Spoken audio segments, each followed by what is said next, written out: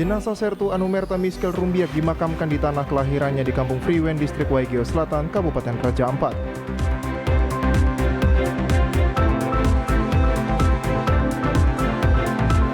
Dinas Pendidikan Provinsi Papua Barat memastikan pembelajaran tatap muka terbatas mencapai 80%.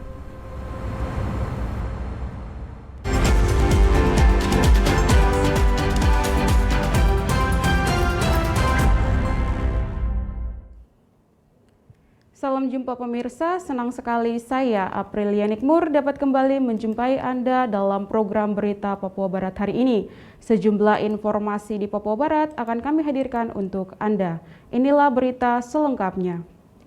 Pemirsa, masyarakat adat yang terdiri dari 7 distrik mendukung penuh wilayah Kokas untuk dimekarkan menjadi daerah otonom baru.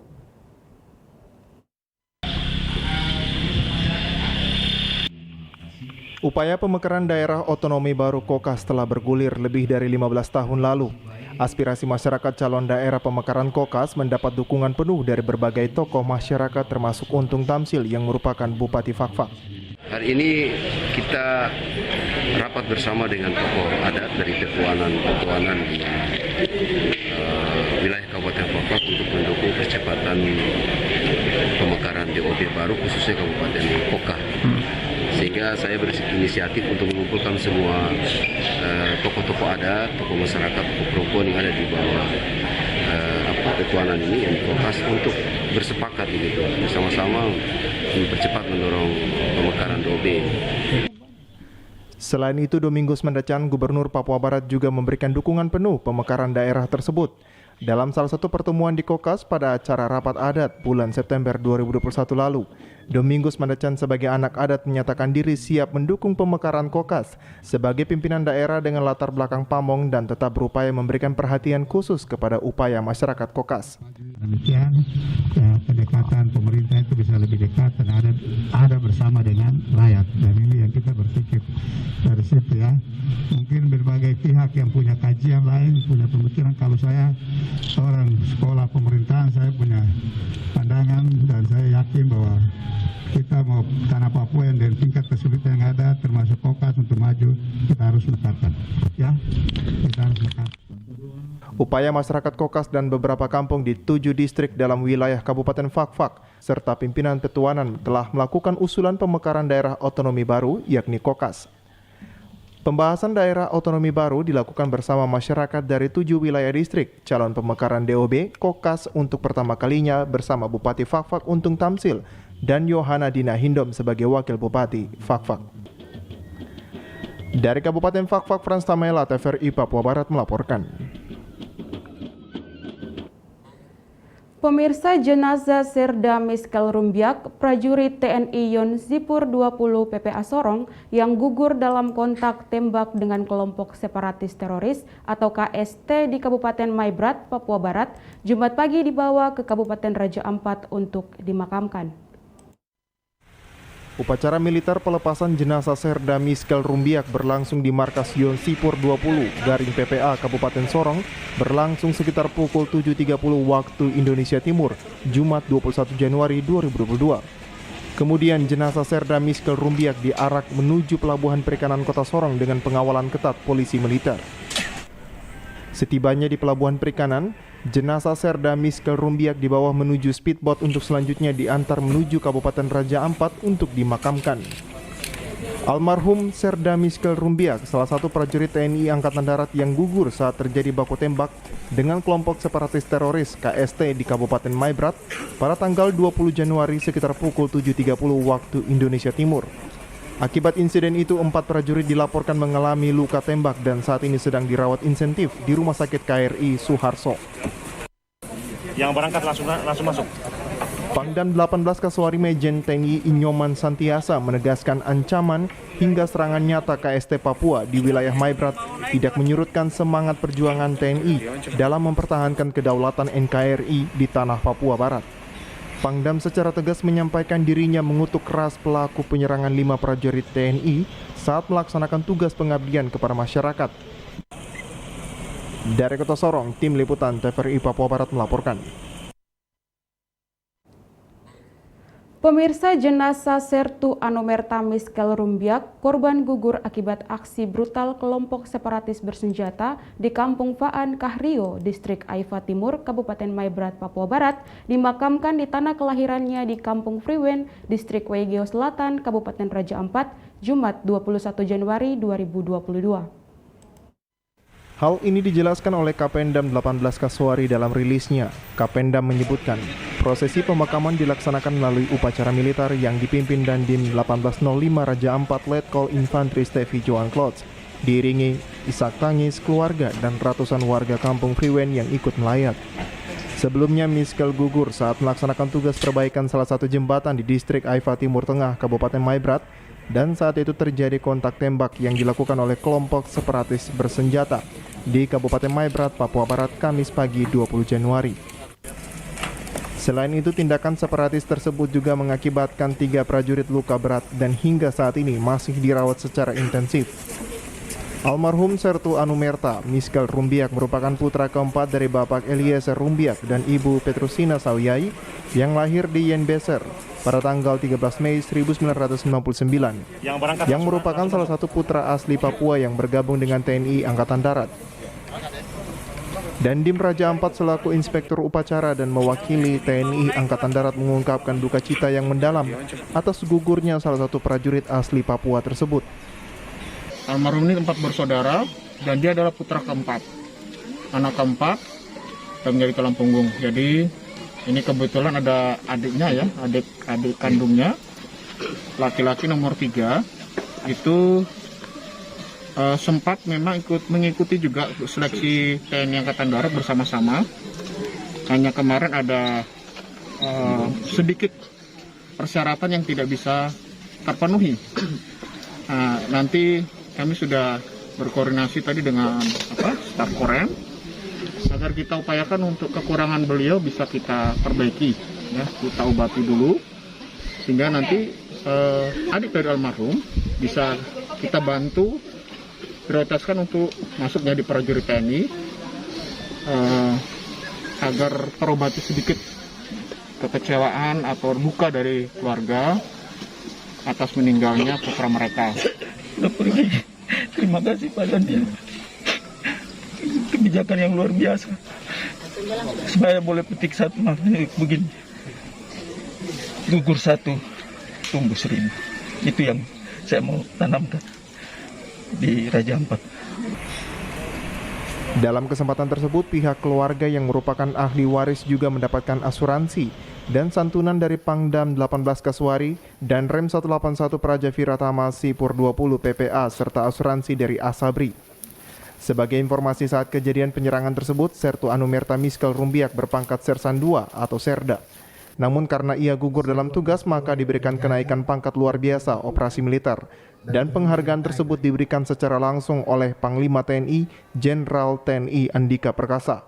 Selain Dandim Raja Ampat, pemakaman secara militer ini dihadiri oleh Kompol M. Nur Wakapolres Raja Ampat, Mayor Infantri Yuli Agus Padang Pasipers Korem 181 Praja Viratama, Kapten Korps Zeni Deni Yudi Yulianto, Wadan Yonsipur 20 PPA perwakilan Asabri, keluarga dan warga masyarakat Kampung Friwen. Tim Liputan TVRI Papua Barat melaporkan. Informasi selanjutnya akan kami hadirkan setelah jeda berikut ini, tetaplah bersama kami.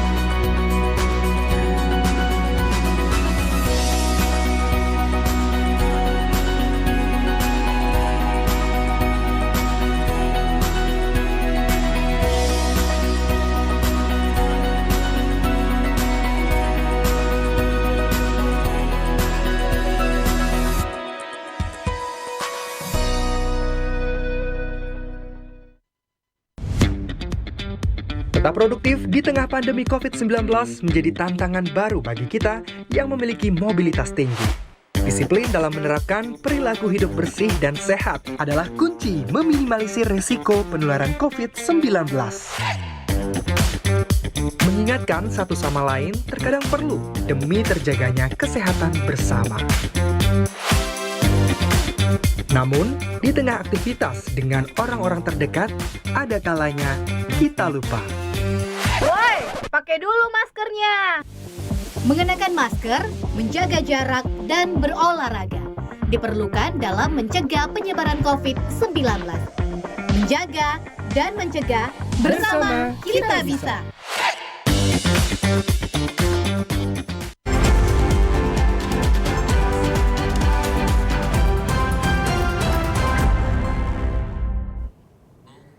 Terima kasih Anda masih bersama kami. Pemirsa, Dinas Pendidikan Provinsi Papua Barat memastikan pembelajaran tatap muka terbatas 80% di seluruh kabupaten kota di Papua Barat dan berjalan aman dengan mengikuti protokol kesehatan. Selaku Koordinator Pengawas, Tio Sule Martin mengatakan, pembelajaran tatap muka terbatas di SMA SMK di Papua Barat sudah berlangsung sejak minggu kemarin. Dari pantauan di SMA Negeri 1 Manokwari, SMA Yapis, SMA Masni, SMK Negeri 1 dan SMK Negeri 2, serta SMA SMK yang ada di kabupaten lain di Papua Barat berjalan dengan baik, dan pihak sekolah juga tetap mematuhi protokol kesehatan. Tetapi dalam pengawasan tersebut pihaknya melihat masih ada temuan, yakni masih ada siswa dan beberapa guru tidak memakai masker. Sehingga tim langsung memberikan teguran agar pihak sekolah wajib menerapkan protokol kesehatan dalam mencegah penularan COVID-19, sehingga kondisi belajar mengajar seperti ini diharapkan bisa terus berjalan dengan baik. Dari pantauan kami, khususnya di SMA 1 kemarin, SMA Yapis, SMA Masni, SMK 1 dan hari ini di SMK 2, bahkan mendapat informasi di beberapa kabupaten kota, Kabupaten Sorong, Kota Sorong, Kaimana, Pakpak, Bintuni, Gondama, Pegunungan Arpak, pengawas yang sudah melaksanakan tugas sudah menyampaikan secara keseluruhan bahwa PTM sudah dilaksanakan dengan baik dengan mengacu pada protokol kesehatan. Martin berharap di hari-hari mendatang pembelajaran tatap muka ini bisa tetap menjadi perhatian serius bersama sekolah dan instansi terkait. Dan pengawasan yang dilakukan sudah mencapai 80% pembelajaran tatap muka berjalan dengan baik. Informasi selanjutnya, di hari-hari mendatang PTM ini tetap menjadi perhatian serius untuk kita bersama warga sekolah, instansi terkait, bahkan dari kami pengawas sudah memantau secara keseluruhan PTM yang diselenggarakan sudah baik, sekitar 80% yang kami sudah bisa dapat nilai, dan untuk ke depan kami berharap bisa ditingkatkan. Hal-hal yang perlu diperbaiki ya menyangkut kekurangan-kekurangan yang sudah tadi kita sampaikan. Laporan dari setiap pengawas di kabupaten kota menjadi evaluasi kami, ukuran kami untuk bisa menetapkan keberhasilan PTM yang diselenggarakan di Provinsi Papua Barat ini. Koordinator Pengawas Pembelajaran Tatap Muka Terbatas SMA SMK Dinas Pendidikan Papua Barat menghimbau kepada sekolah-sekolah yang siswanya belum divaksin agar segera memberikan semangat dan arahan supaya siswa-siswi bisa menerima vaksin dan tidak lagi mengikuti pembelajaran daring dari rumah. Natalindo Kerewai, TVRI Papua Barat melaporkan. Pasar Wosi yang terkena bencana kebakaran pada bulan November 2021 lalu kini sudah kembali berjualan secara normal dengan bangunan yang dibangun secara swadaya oleh pedagang sendiri.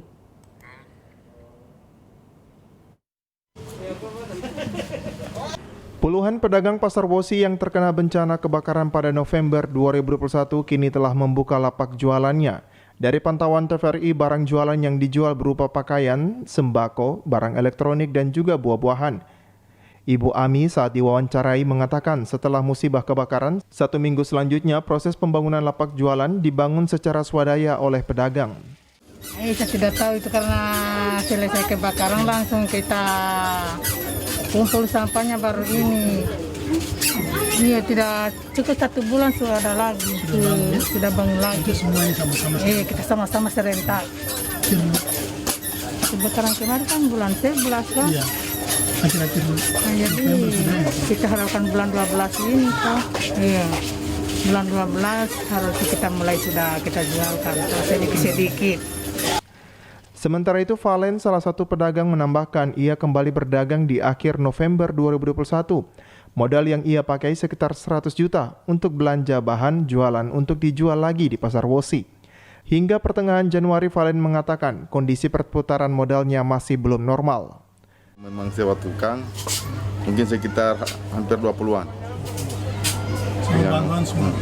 Kalau kan sekarang ini kan cuma bikin sendiri, tanpa ada bantuan mungkin sewa tukang begitu. Berapa Ini lebih 100. Dari bulan 11 itu. 1 minggu sebelum selesai kebakaran. Lama juga, mungkin 1 bulan kayak begitu. 1 bulan lebih kan? Selain bangunan Los Pasar Wosi, terlihat juga di dekat terminal Pasar Wosi kembali dibangun Los Pasar untuk jualan baju dan pakaian bekas. Jimmy Tabisu, TVRI Papua Barat melaporkan. Pemirsa, Universitas Papua menggelar rapat kerja guna menyusun program kerja tahun anggaran 2022 dan mengevaluasi kinerja tahun 2021. Untuk itu, Rektor Universitas Papua berpesan agar tahun 2022 daftar isian pelaksanaan anggaran harus berbasis kinerja.